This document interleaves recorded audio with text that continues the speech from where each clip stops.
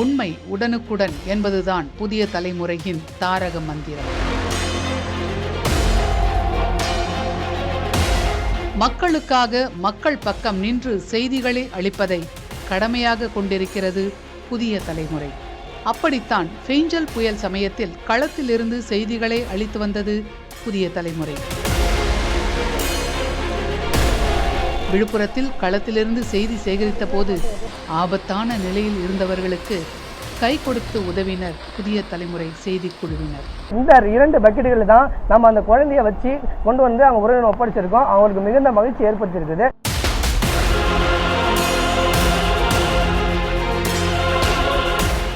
December 1ஆம் தேதி எனக்கு பெய்த மழையினால பாண்டியன் நகர் முழுமையாக பாதிக்கப்பட்டு இடுப்பளவு தண்ணீர்கள் சூழ்ந்திருந்தது. இதனால் அந்த பகுதி மக்கள் வீடுகளை விட்டு வெளியேறக்கூடிய சூழல் இல்லாமல் தவிச்சிருந்தாங்க. நம்ம அன்றைய தினம் அந்த பகுதியில் செய்தி எடுப்பதற்காக சென்ற போது அந்த பகுதியில் இருக்கக்கூடிய கலையரசன் என்பவர் தன்னுடைய 2 குழந்தைகள் அங்கே உள்ளே வீட்டுக்குள்ளே இருப்பதாகவும் தன்னுடைய மனைவி தாயார் உள்ளே மாட்டிக்கொண்டிருப்பதால் அவர்களை மீட்டு வெளியே கொண்டு வரணும், அதற்கான நடவடிக்கைகள் உதவுங்கள் என நம்மளை கேட்டுக்கிட்டாங்க.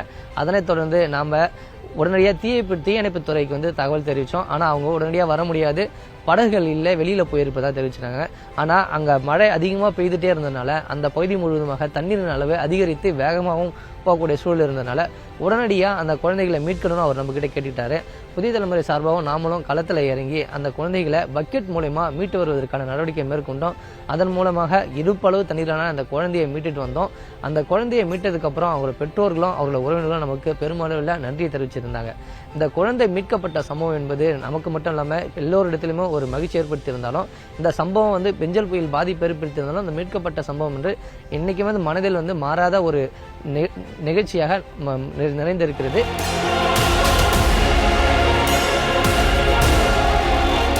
இதுபோலத்தான் கப்பல் இறங்கு தளத்தில் தவித்துக் கொண்டிருந்த மீனவர்களை பற்றி அறிந்து செய்தி அளித்ததோடு அவர்களை மீட்கும் வரை களத்தில் இருந்தது புதிய தலைமுறை.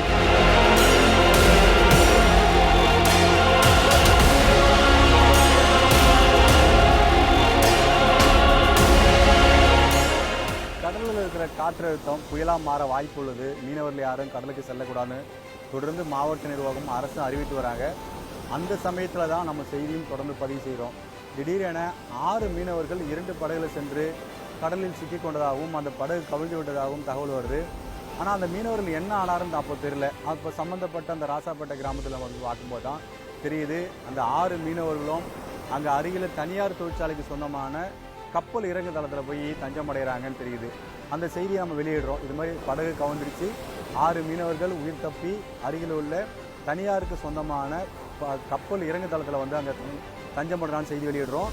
அந்த செய்தியின் அடிப்படையில் மாவட்ட நிர்வாகம் அரசும் தொடர்ந்து பல்வேறு விதமான நடவடிக்கை மேற்கொள்கிறாங்க. அந்த மீனவர்கிட்ட பேசுகிறாங்க, அவளுக்கு என்ன தேவையில் இருக்குன்னு கேட்குறாங்க, உணவு இருக்குதா, அந்த தனியார் தொழிற்சாலைக்கு சொந்தமான அந்த இறங்கு தளத்தில் என்ன வசதிலாம் இருக்குதுன்னு சொல்லி அதை தகவலாக வெளியிடுறாங்க.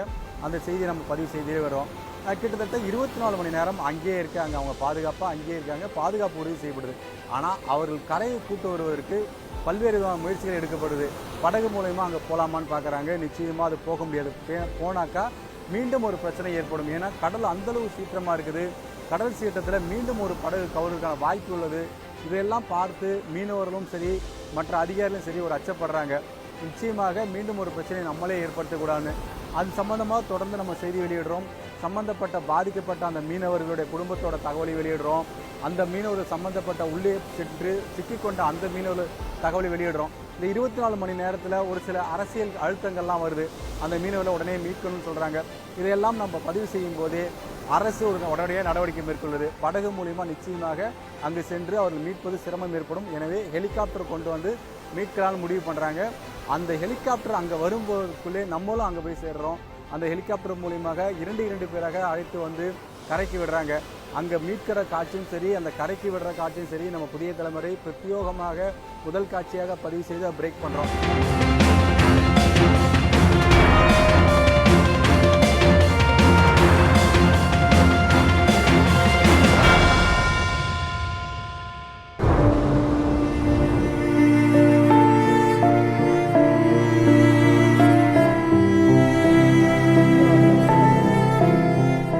2024ஆம் ஆண்டின் மறக்க முடியாத பேரிடரான பயநாடு நிலச்சரிவின் போதும் தொடக்கத்திலிருந்தே களத்திலிருந்து செய்தி வழங்கியது புதிய தலைமுறை.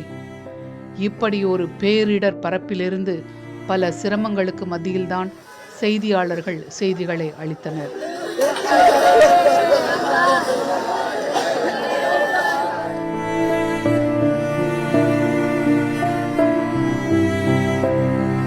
கோவையிலிருந்து நீலகிரி மாவட்டத்தை கடந்து அந்த பகுதிக்கு போகும்போதே தொடர்ச்சியாக உயிர்கள் இழக்கக்கூடிய ஒரு சூழல், அந்த ஒரு கோரம் அந்த பகுதியிலிருந்து நமக்கு தகவலாக வந்துட்டு இருந்தது.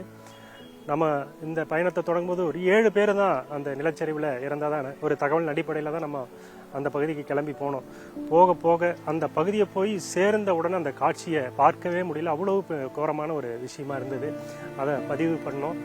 தொடர்ந்து கிட்டத்தட்ட ஒரு 10 நாட்களுக்கு மேலே அதனுடைய துயர சம்பவங்கள், நிகழ்வுகள், பலர் அந்த ஒரு ஒட்டுமொத்த குடும்பங்களையும் இழந்து தன்னந்தனியாக நிற்கதியாக நின்ற சிலருடைய அந்த சோகமான விஷயங்களை பதிவு பண்ணோம். கேரளா அரசு, மத்திய அரசு 2 அரசுமே நிவாரணங்களை அறிவிச்சாங்க அந்த உயிர்களை இழந்தவங்களுக்கு. இதில் ஒரு பெரிய சோகம், ஒரு 50 குடும்பத்தோட வாரிசுகள் அந்த நிவாரணத்தை கோருறதுக்கு கூட முன்வரல. அந்த அளவுக்கு அந்த குடும்பம் ஒட்டுமொத்தமான குடும்பங்களுமே ஒரு அழிஞ்சு போன ஒரு நிகழ்வா, ஒரு சோகமான ஒரு பேரிடராக தான் அதை நம்ம பார்க்க முடியுது.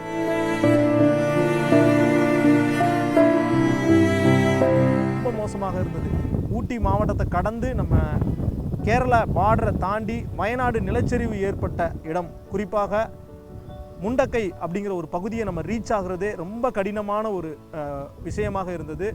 ஓட்டுநர் அந்த அளவிற்கு சிரமப்பட்டு தான் அந்த பகுதிக்கு போனார். மேப்பாடி அப்படிங்கிற இடத்துக்கு நாங்கள் உள்ளே போகும்போதே அந்த கிராமத்தில் இருந்த எல்லா சுடுகாடும் இடமே பத்தலை. தொடர்ச்சியாக வந்து பார்த்திங்கன்னா பாடி வந்துக்கிட்டே இருக்குது, இறந்தவர்களுடைய உடல் வந்துக்கிட்டே இருக்குது. இந்து முறைப்படியா, கிறிஸ்துவ முறைப்படியா, இஸ்லாமிய முறைப்படியா அப்படிங்கிறது வேறுபாடே இல்லாமல் அன்னைக்கு உடம்பை வந்து மரியாதை செலுத்துறதுக்கு கூட நேரம் இல்லாத அளவிற்கு தான் வந்து சுடுகாடுகள் நம்ம வந்து காட்சி அளித்தது.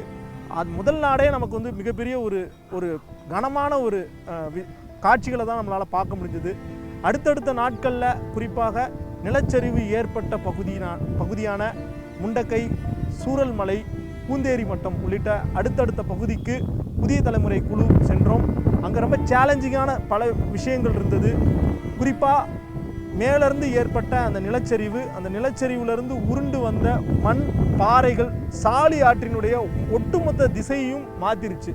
சூரல்மலையில் வந்து சாலி ஆற்றை கடக்கிறதுக்காக போடப்பட்ட அந்த பாலம் முழுவதுமாக சேதாரமானதுனால ஆற்றில் ஒரு கரையிலிருந்து இன்னொரு கரைக்கு போகிறது அப்படிங்கிறதே மிகப்பெரிய ஒரு சேலஞ்சிங்காக இருந்தது.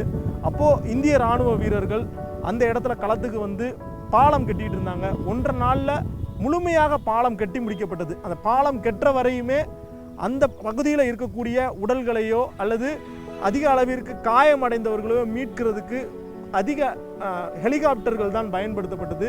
இந்திய இராணுவ வீரர்கள், என்டிஆர்எஃப் வீரர்கள், கேரள காவல்துறையினர், கேரள தீயணைப்பு துறையினர் மட்டுமல்லாது தமிழ்நாட்டை சேர்ந்த வீரர்களும் அங்கே களத்தில் இருந்தாங்க.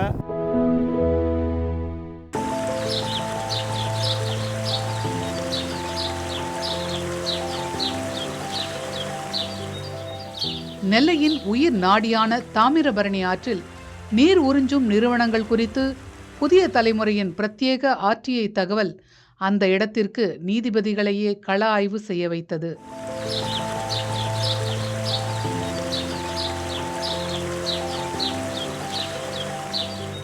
தமிழகத்தோட வற்றாத ஜீவ நதியாக இருக்கக்கூடிய அந்த தாமிரபரணியில தான் நம்ம நின்றுகிட்டு இருக்கோம். தாமிரபரணிக்கு பல்வேறு சிறப்புகள் இருந்தாலும் கடந்த சில வருடங்களாக பாதாள சாக்கடை மற்றும் குப்பைகளின் காரணமா தன்னோட இயற்கையை இழந்துகிட்டே இருக்குன்னு சொல்லலாங்க. இயற்கையா அமைக்கப்பட்ட இந்த தாமிரபரணி ஆறு பல்வேறு சிறப்புகளை கொண்டிருந்தாலும் கடந்த சில வருடங்களாக அரசு தன்னோட பார்வையை தாமிரபரணி பக்கம் செலுத்தல அப்படின்னு ஒரு குற்றச்சாட்டு எழுந்திருந்துச்சு. இது தொடர்பா வந்து புதிய தலைமுறை சார்பா RTI மூலமா பொதுப்பணித்துறையிட்ட பல்வேறு கேள்விகளை முன் வச்சிருந்தோம். அதுக்கு அவங்க கொடுத்த பதில் தான் பல்வேறு அதிர்ச்சிகளை நம்மளுக்கு கொடுத்துச்சுங்க. மாநகராட்சி பகுதியில் மட்டும் 13 இடங்களில் பாதாள சாக்கடை கலப்பதா தெரிவிச்சிருந்தாங்க. பொதுமக்கள் அன்றாட தேவைக்கு தண்ணியை குடிக்கிறாங்க, அதுலதான் குளிக்கிறாங்க, துணி துவைக்கிறாங்க, கால்நடைகளை கொண்டு வந்து இங்கதான் நீராடுறாங்க. பல்வேறு பயன்பாட்டுக்கு இந்த இதை பயன்படுத்தக்கூடிய இந்த தாமிரபரணியில பாதாள சாக்கடை கலக்கறனால எந்த மாதிரியான உபாதைகள் ஏற்படுன்றதை நினைச்சு கூட பார்க்க முடியல. இது மட்டும் இல்லாமல் பல்வேறு கார்பரேட் நிறுவனங்களுக்கு லட்சக்கணக்கான லிட்டர் தண்ணியை கொடுக்கறது நமக்கு தெரிஞ்சு வந்துச்சுங்க. அது சொற்ப ரேட்டுக்கு கொடுத்தும் கிட்டத்தட்ட 240 கோடி ரூபாய் அளவுக்கு அந்த நிறுவனங்கள் பல வருஷமா பல்வேறு காரணங்களை சொல்லி கொடுக்காம இருந்ததும் நம்ம ஆர்டிஐ மூலமா தெரிய வந்துச்சுங்க. இது தொடர்பான ஒரு விவரம் செய்தி தொகுப்பா நம்ம வெளியிட்டு இருந்தோம். இதே நிலையில முத்தாலங்குறிச்சி காமராஜன் என்பவர் உயர்நீதிமன்ற மதுரை கிளர் ஒரு வழக்கு தொடுத்திருந்தாரு. அந்த வழக்கும் விசாரணைக்கு வந்துச்சு. நீதி அரசர்களே நேரில் வந்து இந்த தாமிரபரணி ஆய்வு மேற்கொண்டாங்க. ஆய்வு மேற்கொண்டு அரசோட நடவடிக்கையை கடுமையா எச்சரிச்சுட்டு போயிருந்தாங்க. இன்னும் ஒரு மாதங்களுக்குள்ள இதை முழுமையா சீரமைக்கணும்னு சொல்லிட்டு ஒரு விரிவான அறிக்கையும் தாக்கல் செய்ய உத்தரவிட்டு இருந்தாங்க. அதன்படி மாவட்ட நிர்வாகம் தற்போது ஒரு விரிவான அறிக்கை நீதிமன்றத்தில் தாக்கல் செஞ்சிருக்காங்க. அரசோட பார்வை தற்போது தாமிரபரணி நோக்கி திரும்பி இருக்கு. இன்னும் ஒரு ஆண்டுகள்ல தாமிரபரணி புத்துயிர் பெறும்னு நம்பலாம்.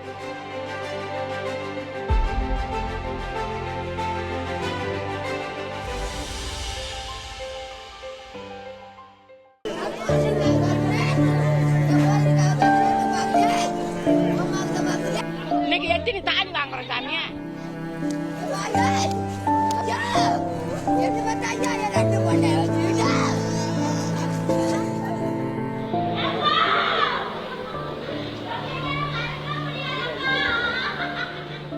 கள்ளக்குறிச்சி விஷ சாராய மரணங்கள் ஏற்படுத்திய அதிர்வுகள் மிக அதிகம்.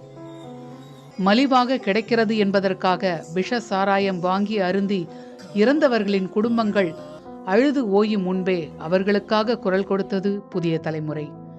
அந்த மக்களின் நிலையை தொடர்ந்து பதிவு செய்தது.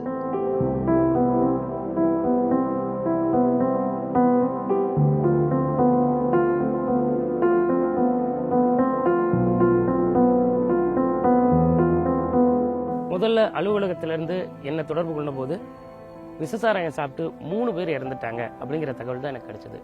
உடனே கள்ளக்குறிச்சி ஜிஹெச் போகணும் அப்படின்னாங்க. அங்கே போய் பார்க்கும்போது தான் தெரியுது அடுத்து ஆம்புலன்ஸ் அலறல் சத்தம். அதாவது கள்ளக்குறிச்சி நகரம் பகுதி முழுவதுமே இந்த ஆம்புலன்ஸ் அலறல் சத்தம் அதிகமாக கேட்டது.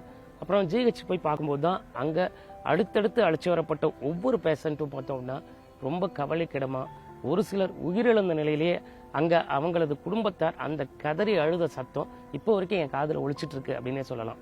இது முதல் நாள். அடுத்த நாள் அந்த கள்ளக்குறிச்சியில் எந்த பகுதியில் இந்த கள்ளசாராயம் விற்பனை செய்யப்பட்டதோ, எந்த பகுதியில் அதிகமான பாதிப்பு ஏற்பட்டிருக்கோ அங்கே போனோம். அந்த பகுதியில் பார்த்தோம் அப்படின்னாக்கா, அதாவது ஒரு காவல் நிலையம், ஒரு தாசில்தார் அலுவலகம், ஒரு நீதிமன்றம், இப்படி பல அரசு அலுவலகங்கள், முக்கியமான அலுவலகங்கள் இருக்கு. அதுக்கு பக்கத்திலேயே தான் இந்த விஷசாராயம் கள்ளச்சாராய விற்பனையும் நடந்திருக்கு அப்படிங்கிற ஒரு மிகப்பெரிய அதிர்ச்சியான சம்பவத்தை அங்கே பார்க்க முடிஞ்சுது. அது மட்டும் இல்லாமல் ஒரு வீதிகள் தோறும் வீடுகள் தோறும் சடலங்கள், இப்படி ஒரு காட்சியை இந்த துறையில் சேர்ந்து இத்தனை ஆண்டுகளில் பார்த்ததில்லை அப்படின்னே சொல்லலாம். வீதிகள் தோறும் சடலங்கள், ஒவ்வொரு வீடு வாசல்லையும் அழுகுரல் சத்தம், இந்த மரண ஓலம் அப்படி கேட்டுட்டு இருந்தது அப்படிங்கிறத ரொம்ப இந்த கள்ளச்சாராயம் எந்த அளவுக்கு பாதிப்பு அந்த பகுதியில் ஏற்படுத்துச்சு அப்படிங்கிறத புரிஞ்சிக்க முடிஞ்சது.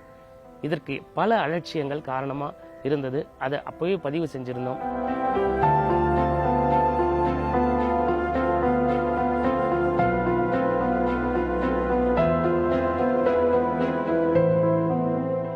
அவங்க அம்மாவுக்கு பூ போட்டுட்டு என் பேத்தி நாங்க உட்கார படுத்துனுக்குதுங்க. நாங்க நினைச்சு பார்க்கல சாமி.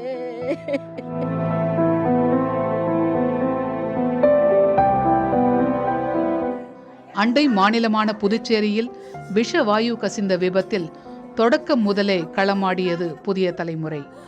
அங்கு மக்களின் பாதிப்பை பதிவு செய்ததோடு பொறியாளர்கள் குழு ஆய்வு செய்தது வரை தொடர்ந்து மக்களுடன் நின்றது புதிய தலைமுறை. புதுச்சேரி ரெட்டியார்பாளையத்தை சேர்ந்த ஒரு சிறுமியும் 2 வயதான பெண்களும் உயிரிழக்கிறாங்க. அந்த உயிரிழப்பை கேட்டதும் சம்பவ இடத்திற்கு புதிய தலைமுறை செல்கிறது. அங்கு போய் பார்த்த பிறகுதான் தெரியுது, ரெட்டியார்பாளையம் பகுதி மக்களுக்கு விடிந்ததும் வெளிச்சம் வரல, விஷவாயு வந்துச்சு. அந்த விஷவாயு எப்படி வந்துன்னா கழிப்பறை வழியாக வந்திருக்கிறது. அதுதான் அங்கே மிகப்பெரிய பாதிப்பை ஏற்படுது. அந்த ஒட்டுமொத்த மக்களும் மயங்கி விழுந்தது, அலறல் சத்தம், இதையெல்லாம் பார்க்கும்போது அடிவயிறு குலுங்கும் அளவுக்கு அந்த பாதிப்பு இருந்தது. அந்த பகுதிக்கு நாம் சென்றவுடனே செய்தியை வெளியிட்டோம். அரசும் உடனடியாக அங்கு செயல்பட தொடங்கியது. பொதுமக்கள் எந்த அளவுக்கு பாதிப்பு ஏற்படுத்தியது அந்த விஷவாயு என்பதை தொடர்ந்து பதிவு செய்து வந்தோம். அரசு உடனடியாக பல்வேறு விதமான நடவடிக்கைகள் மேற்கொண்டாலும் அந்த இழப்பை அந்த பகுதி மக்களால் நிச்சயமாக சரி செய்ய முடியாத நிலைக்கு தான் தள்ளப்பட்டது. ஆனாலும் புதிய தலைமுறை தொடர்ந்து அரசோட கவனத்தை அங்கு கொண்டு சென்று வைத்தோம். பொதுமக்கள் என்ன மாதிரிலாம் பாதிப்பு ஏற்பட்டார்கள், அது மட்டும் இல்லாமல் அவருக்கு என்ன தேவையெல்லாம் இருக்கிறது என்று நம்ம தொடர்ந்து பதிவு செய்து வந்தோம். அதன் அடிப்படையில் அரசு பல்வேறு விதமான நடவடிக்கை மேற்கொண்டார்கள். ஆனால் அரசு நடவடிக்கை மேற்கொண்டாலும் இது முன்கூட்டியே நடவடிக்கை மேற்கொண்டிருந்தால் இந்த 3 பேர் உயிரிழப்பை தடுத்திருக்கலாம் என்பது அந்த பொதுமக்களின் தகவலாக இருந்தது. அது அப்படி இருந்தாலும் மற்றவரை பாதுகாப்பை உறுதி செய்ய வேண்டும் என்பதற்காக தொடர்ந்து அந்த பகுதியில் நம்ம முகாமிட்டு பல்வேறு விதமான தகவலை நம்ம பதிவு செய்தோம். அந்த பதிவு அரசுக்கு கொண்டு செல்வதை விட அந்த பகுதி மக்களுக்கு தேவை இதெல்லாம் இருக்கிறது என்று நம்ம செய்தது மிகப்பெரிய ஒரு செய்தியாக பார்க்கப்பட்டது.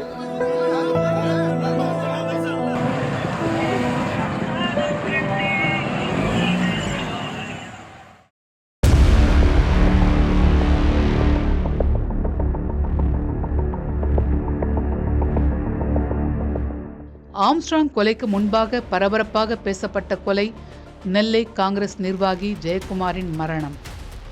மிக கொடூரமாக நடந்த அந்த சம்பவத்தில் புலனாய்வு கோணங்களை வெளிக்கொணர்ந்தது புதிய தலைமுறை. ஆயினும் இன்று வரை அந்த மர்மம் நீடிக்கவே செய்கிறது.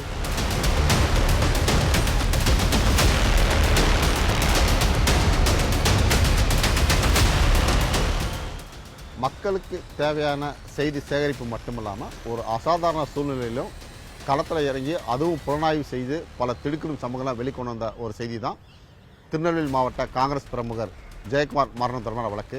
கடந்த மார்ச் மாதம் காங்கிரஸ் பிரமுகர் ஜெயக்குமார் மரணம் தொடர்பான வழக்குக்காக சென்னையிலிருந்து நானும் ஒளிப்பதிவாளர் முரளியும் அதே போல் நாகர்கோவில் செய்தியாளர் ரெஜி கிருஷ்ணாவும் இணைஞ்சு ஒரு வார காலமாக அங்கே தங்கியிருந்து புலனாய்வு செய்து பல திடுக்கிடும் சம்பவங்கள்லாம் வெளிக்கொண்டு வந்திருக்கோம். குறிப்பாக ஜெயக்குமார் மரணம் என்பது கொலையா தற்கொலையா அப்படின்ட்டு போலீஸ் விசாரணை செய்து கொண்ட நிலையில் அவர் உடலில் கட்டுக்கம்பியால் கட்டப்பட்டு அவர் எரியூட்டப்பட்டார் என்ற சம்பவத்தை புகைப்பட ஆதாரத்துடன் முதலில் வெளியிட்டது புதிய தலைமுறை தான். அதே போல் அவர் கொலையுண்ட சம்பவத்துக்கு முதல் நாள் எங்கு சென்றார் அப்படின்றத ஒரு சிசிடிவி கேமரா மூலம் பதிவான காட்சியெல்லாம் வெளிக்கொண்டு வந்ததும் புதிய தலைமுறை தான். அவர் அந்த முதல் நாள் இரவு எங்கெல்லாம் பயணித்தார் அப்படின்றத அவர் பயணித்த அந்த இருட்டில் எங்கெங்கே போனார் அப்படின்றத நாமளும் அந்த வழித்தடங்களாக பயணித்து சிசிடிவி கேமராவெலாம் ஆய்வு செஞ்சு அதையும் நம்ம வெளிக்கொண்டு வந்திருக்கோம். அதே போல் பல திடுக்குழு சம்பவங்களை சொல்லிக்கொண்ட நிலையிலையும் அந்த வழக்கு ராமஜெயம் கொலை வழக்கு போன்று தொய்வடைந்து தான் இருக்கும் அப்படின்றத நம்ம அப்பயே நம்ம சொல்லியிருந்தோம். இப்போ ஜெயக்குமார் மரணம் நிகழ்ந்து 9 மாத காலம் ஆகிட்டு இந்த 9 மாத காலம் இந்த வழக்கில் பல தொய்வு தான் ஏற்பட்டிருக்கு அப்படின்றதையும் இப்போ நம்மளால் காண முடிகிறது.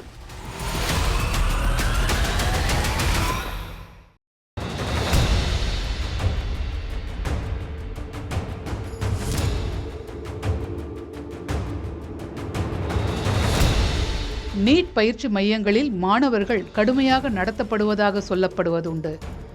நெல்லையில் ஒரு நீட் பயிற்சி மையத்தில் அதன் நேரடி காட்சிகள் நமக்கு கிடைத்தபோது தமிழ்நாடு முழுவதுமே அதிர்வுகளை ஏற்படுத்தியது.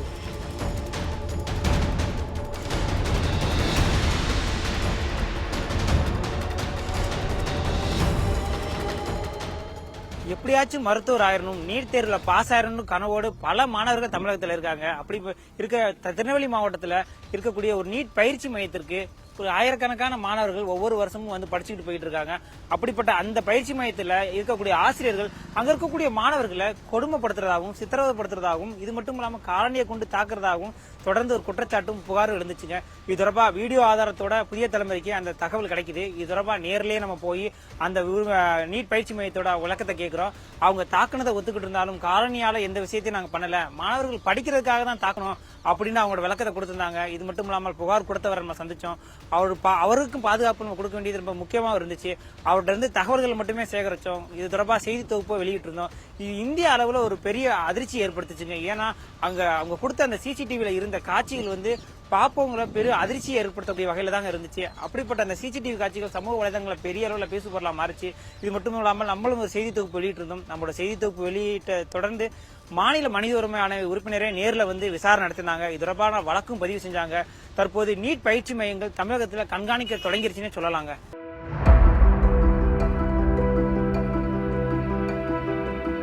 மாஞ்சோலை தோட்ட தொழிலாளர்களின் வாழ்க்கையை அசைத்து பார்த்த உத்தரவு பற்றி புதிய தலைமுறை உணர்வு பூர்வமாக பல செய்திகளின் வடிவில் பதிவு செய்தது.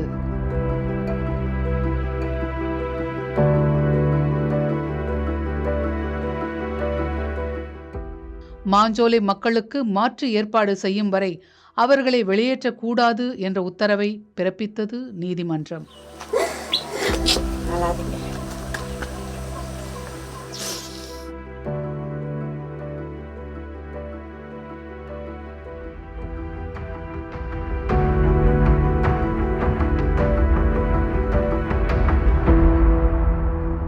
ஒவ்வொரு பகுதிகளிலையும் மேலே இருக்கக்கூடிய அந்த கடை வியாபாரம் வச்சுருக்கிறவங்க அவங்கள் எப்படி வெளியேற்றப்படுறாங்க, அங்கே இருக்கக்கூடிய பள்ளி, அந்த பள்ளி தான் அந்த ஒரே பள்ளி, ஒரே போஸ்ட் ஆஃபீஸ், அதுக்கும் அந்த மக்களுக்கும் இடையே இருக்கக்கூடிய தொடர்பு, ஒரு பகுதியை விட்டு வெளியில் போகும்போது பசுமை நிறைந்த நினைவுகளே பாடி திரிந்த பறவைகளே அப்படின்னு சொல்லி பாட்டு பாடிட்டே அந்த மக்கள் அந்த பகுதியை விட்டு வெளியே போகிற அந்த ஒட்டுமொத்த காட்சிகளையும் நம்ம புதிய தலைமுறை பதிவு பண்ணோம். அதற்கு பிறகாக மாஞ்சோலையை விட்டு மக்கள் வெளியேற வேண்டுமா என சென்னை உயர்நீதிமன்றத்தினுடைய மதுரை பெஞ்ச் கேள்வி எழுப்பினாங்க. மக்களுக்கு சரியான இழப்பீட்டு தொகையும் அவர்களுடைய வாழ்வாதாரத்தை மேம்படுத்தும் திட்டங்கள் இல்லாமல் மக்களை மலைப்பகுதியை விட்டு கீழே இறக்கக்கூடாதுன்னு நீதிமன்றம் உத்தரவிட்டிருக்குது. பசுமை நிறைந்த நினைவுகளே, பாடி திரிந்த பறவைகளே, பழகி கழித்த தோழர்களே, பிரிந்து செல்கின்றோம், நாம் பிரிந்து செல்கின்றோம். எந்த ஊரில் எந்த நாட்டில் எங்கு காண்போமோ, நாம் எங்கு காண்போமோ.